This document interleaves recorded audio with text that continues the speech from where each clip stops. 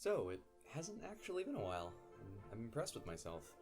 And also, this is a video that I've been promising for at least 2 or 3 videos now. As you can see from the title and thumbnail, today I want to tell the story of my audition to the Mason Gross School of the Arts at Rutgers University. I just finished my first year as an undergraduate composition major, and I've been wanting to tell this story for a really long time here on this channel, and I figure while I have all this time, might as well do it now. So, I want to split this video into sort of 3 parts. First, I want to talk about kind of everything that led up to it, the application process, and all the preparation that went into this single audition day.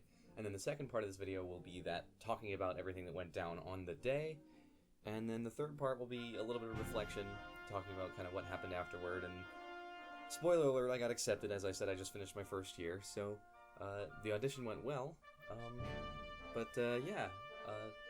So, if I keep looking down, it's because I have some notes here on my phone, just to keep everything organized and concise. It's not a day that I think I'm going to forget, but just keeping everything kind of in order and having details written down so that I know how I want to organize things and talk about them.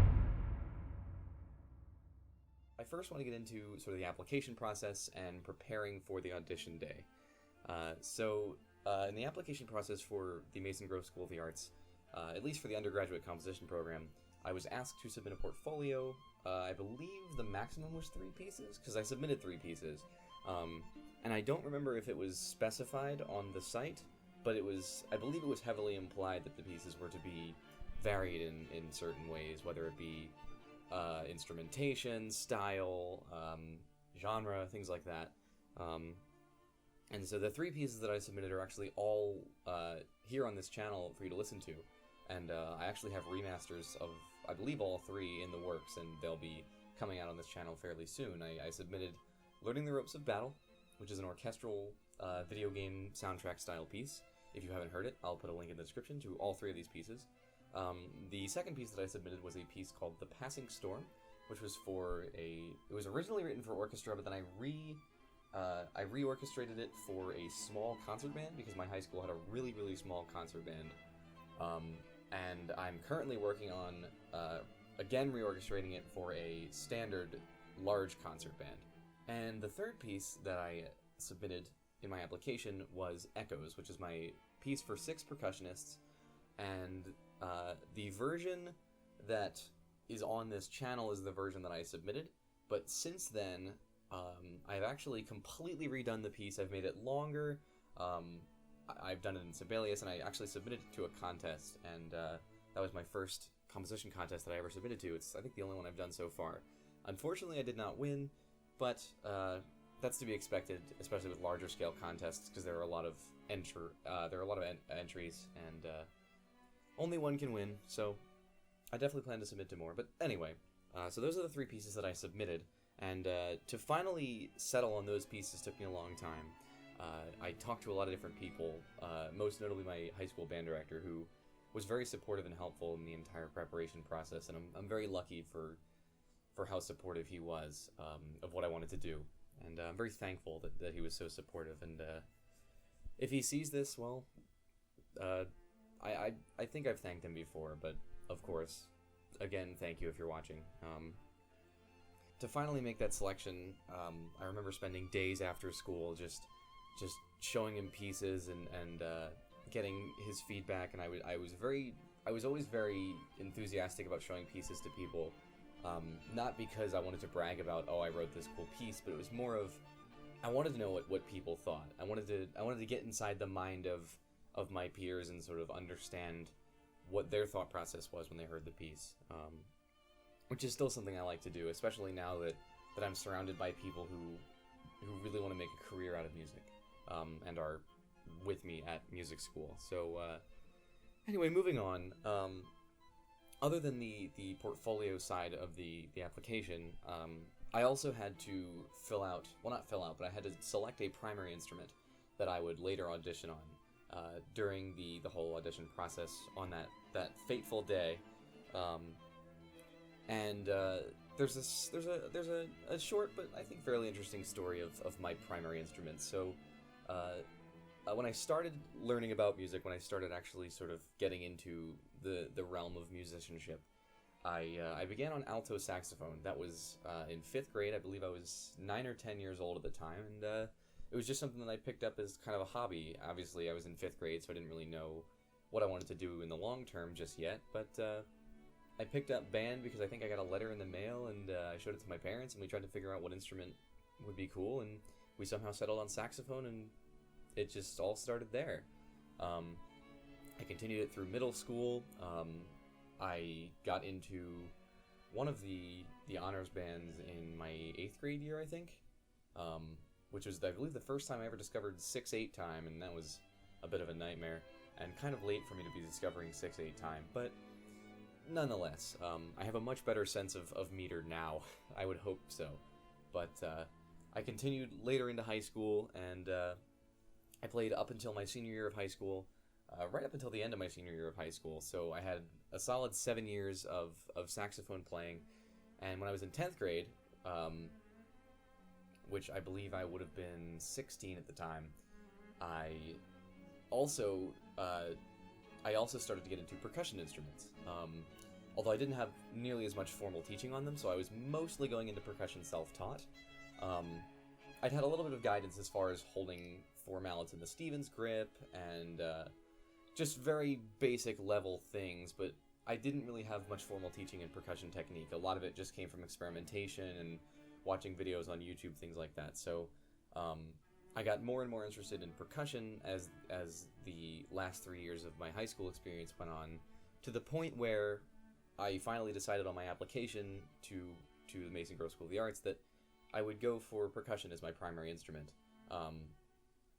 And I'm honestly really glad I did that, because I've learned a lot about percussion. If you're wondering, I'm actually currently sitting in my electronic drum kit.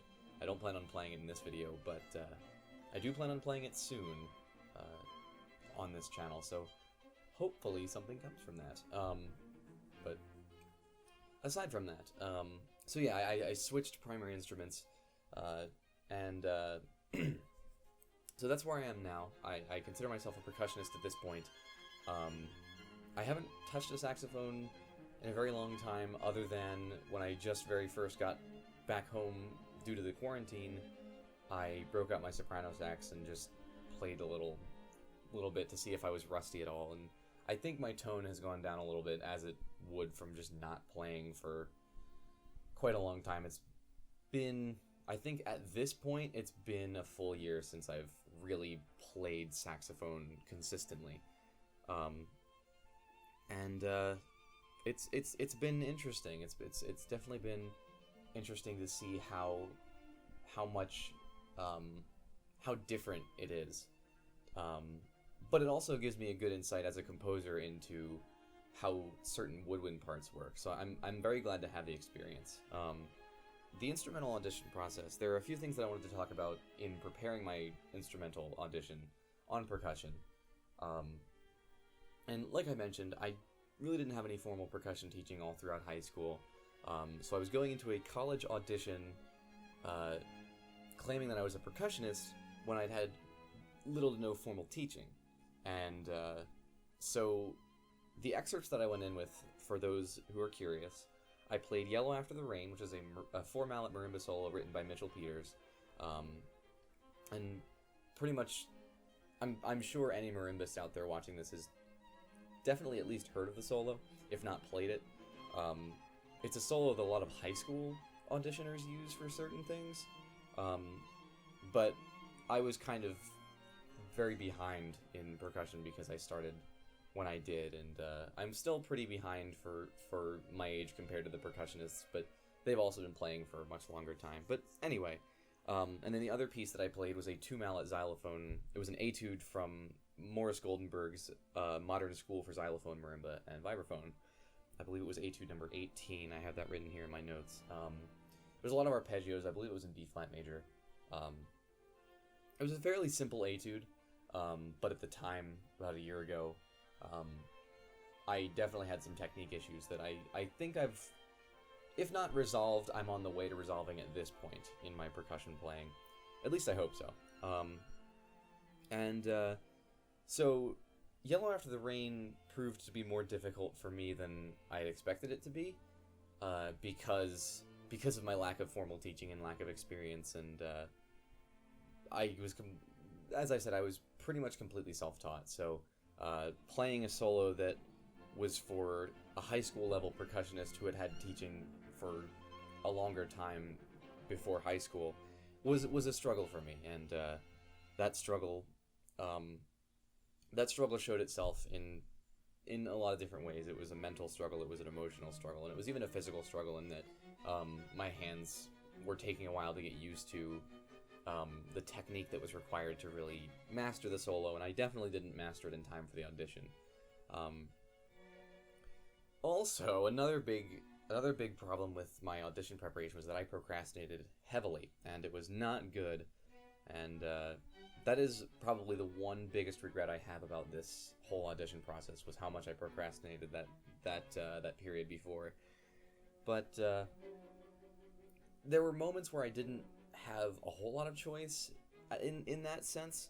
The biggest being that I don't own any sort of mallet percussion instrument other than a $50 glockenspiel I got from a local music store. So I definitely don't own a full-size marimba, and I believe that solo requires at the very least a 4 1/3 octave marimba, which they don't even make practice marimbas that big.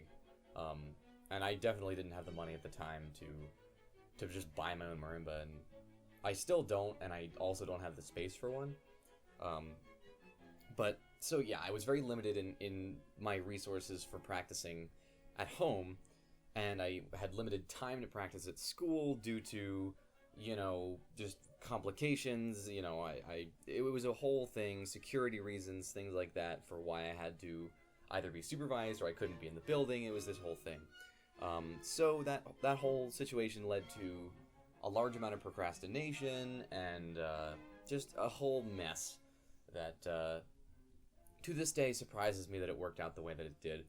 But once I get a lot more in depth into what happened at the audition, I think some things will become a little bit clearer as far as how everything worked out. But the last thing that I wanted to mention about the preparation, which is sort of related to that whole procrastination situation, is another reason for me to thank my band director for where I've gotten to this point is on, I believe it was 2 or 3 days before the audition was supposed to happen, my band director allowed me to actually disassemble one of the marimbas my high school owned and take it home in pieces in order to practice for the day or two before the audition that I had left.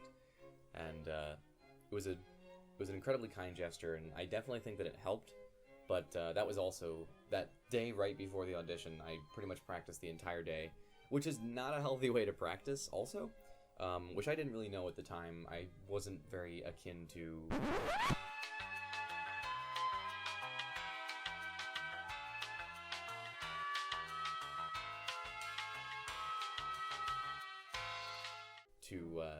good, healthy practice strategies at the time either, and that was another reason why the preparation was odd and not great for me and overall weird.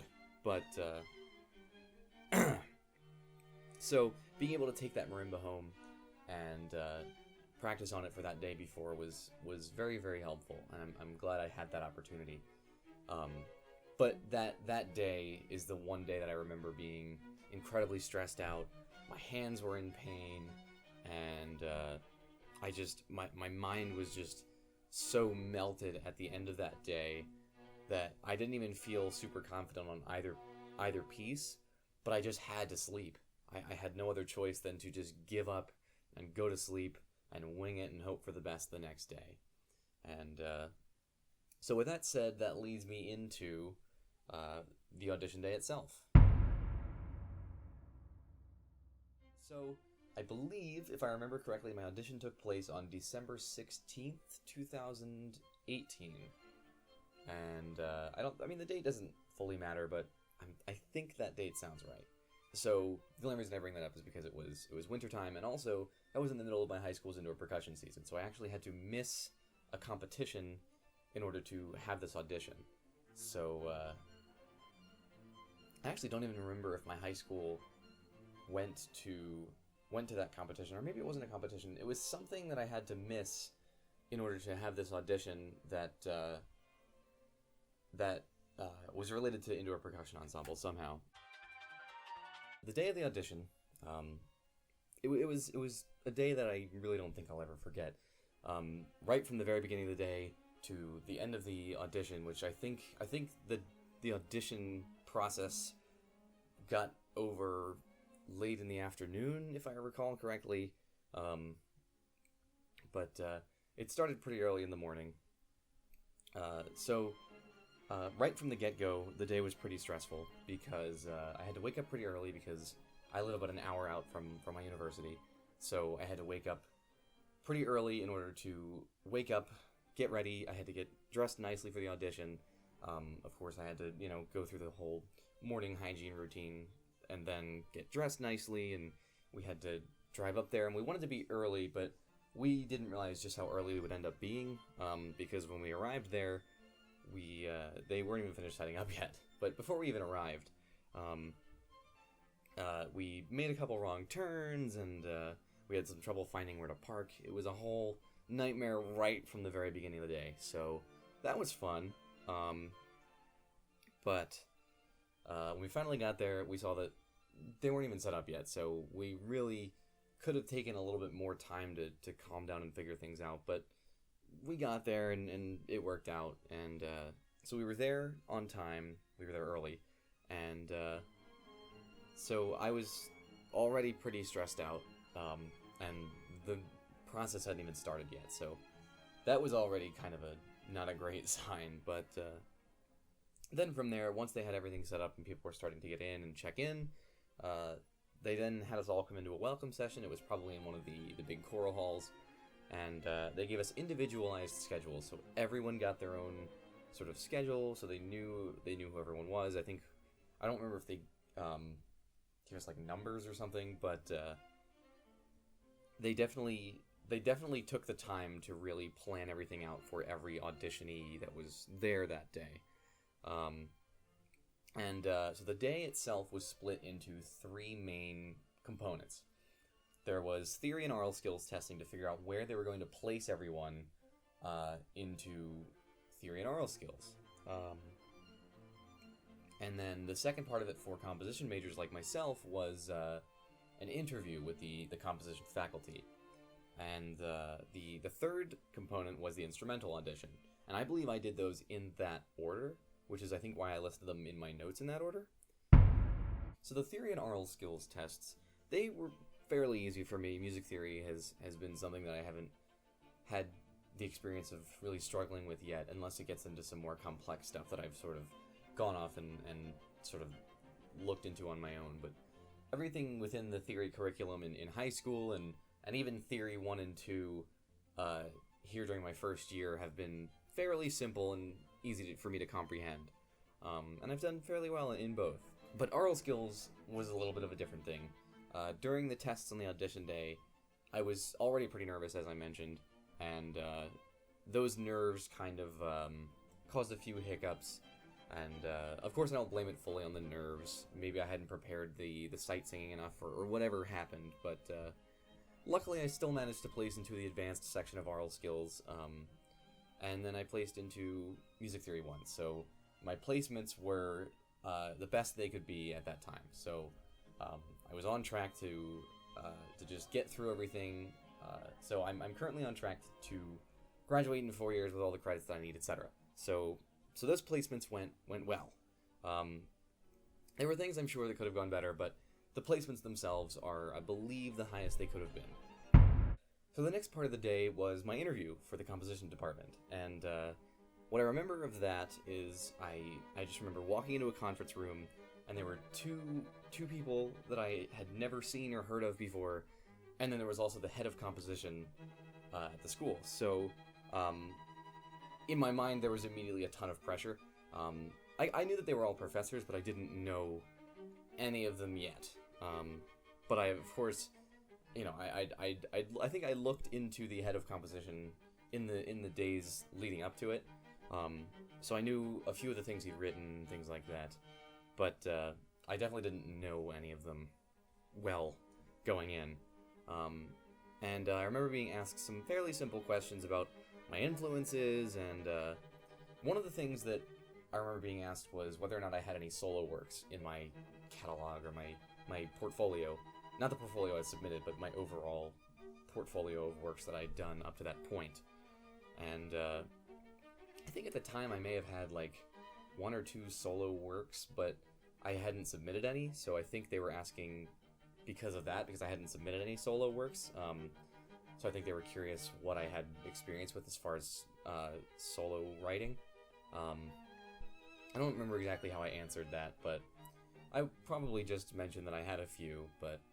So, I mean, that's really all I remember about the interview. The interview, I think it went well, because I got accepted, and now looking back, I can now think about, I know exactly who those other 2 professors were now, and I've actually had a class with one of those professors who I had no idea, and, yeah, and he turned out to be a really cool professor, so overall I haven't had a bad professor yet. I've been very lucky with the professors that I've had up to this point, and I'm looking forward to meeting more of them. So the third and final and arguably most stressful part of the day was the instrumental audition. And as I mentioned earlier in this video, all of the precursors about not having had formal teaching in percussion and all of that stuff, and the stress of the preparation the day before. So I was already just not sure how this was going to go, and then there were more things that happened that really made me nervous and unsure. Right from the get-go, I finish up with the testing and the interview, and I go to where they tell me to go for the instrumental part of the audition, and I get there, and it turns out there was some weird time slot complication where I was supposed to have gone earlier in the day, but I chose to do them in a different order, and so something weird happened. I don't remember the specifics, but something weird happened with time slots. They worked me in, but it definitely made me nervous that I had done something wrong or gone against what they had scheduled. I don't know. So that was already another not-so-great sign.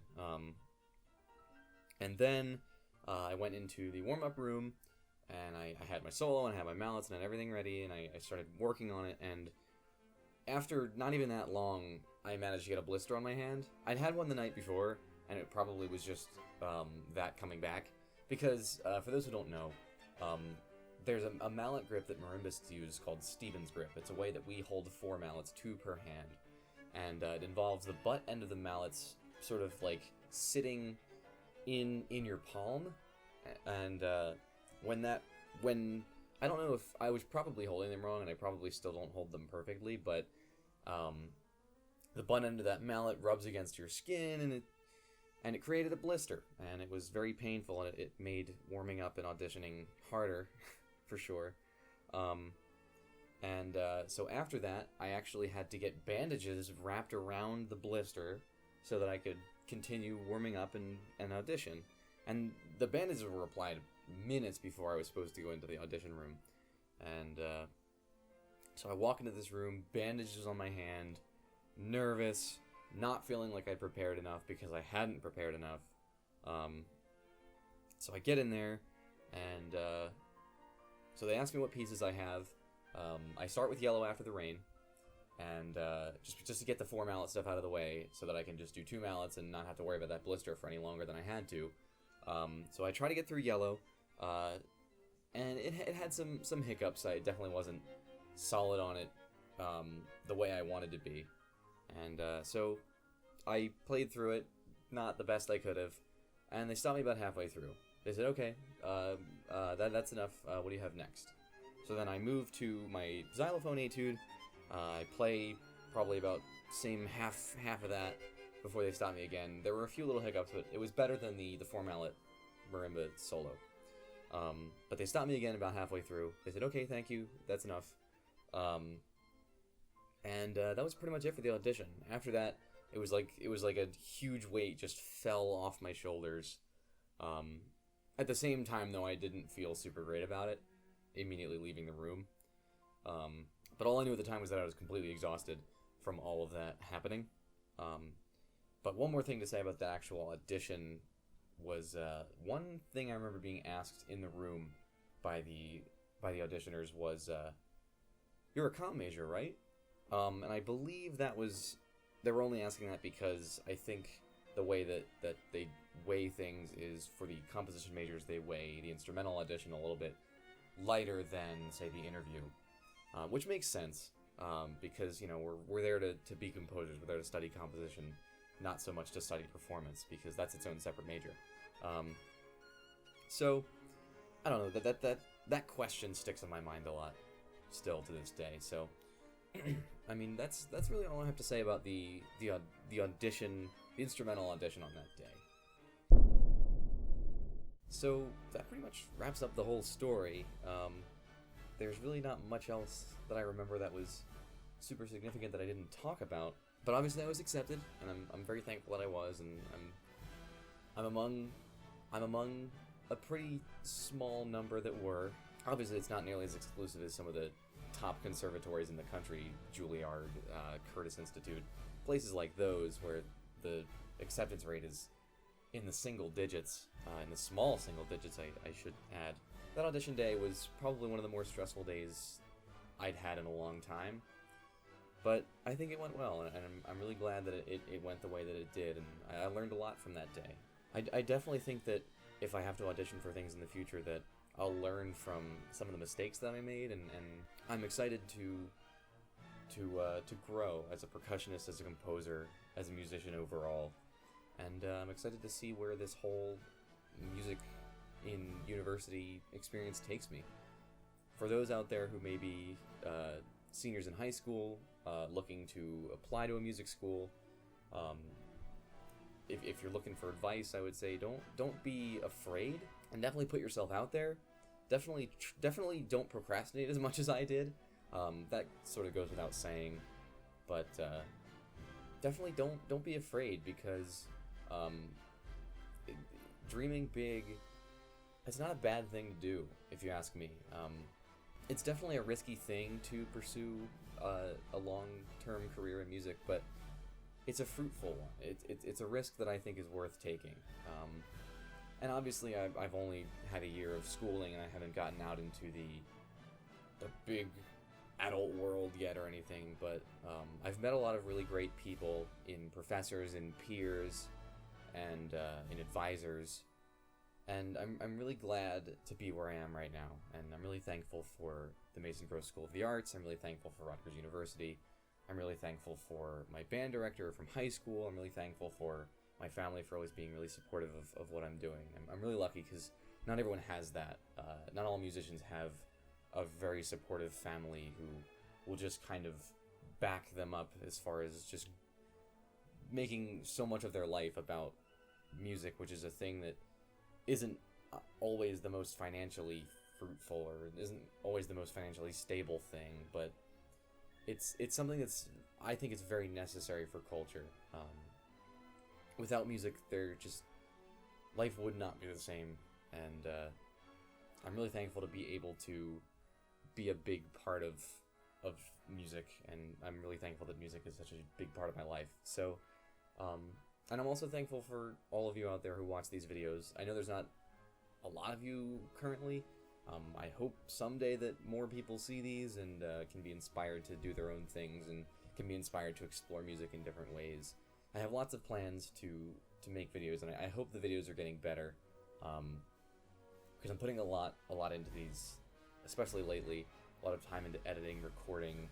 I'm actually putting money into equipment, and I really want these to be good, and I want people to see these and be inspired by them. So I hope you've enjoyed this video, and I hope this inspires you to go out and audition for things, or to go out and not be afraid of just harness your passion, harness your talents, and work hard, because talent isn't everything in the music world. Hard work is a big part of it too, so definitely don't be afraid to put yourself out there, and yeah, just make music. It's a great thing. So that's really all from me. I have a lot of fun videos planned coming soon. Like I mentioned, I'm at this drum set right now, and I definitely plan on making some drum related videos soon. I should be getting some necessary equipment for that coming in the next few days, so I'm excited for that. But other than that, thank you again for watching. Of course, you know, there's the like button, the subscribe button, all that stuff. I'm not gonna force anybody to do anything, but if you like what you see, definitely let me know. It's always nice to get comments and things. Yeah, I have a lot of fun projects planned, and hopefully once this whole quarantine is over, I can do more things, and I can record more things on campus, and hopefully I can just make more good things. Hopefully I can make more quality videos and just make more music, because that's what I love doing. So yeah, I guess that's it. Thanks for watching, and I'll see you next time.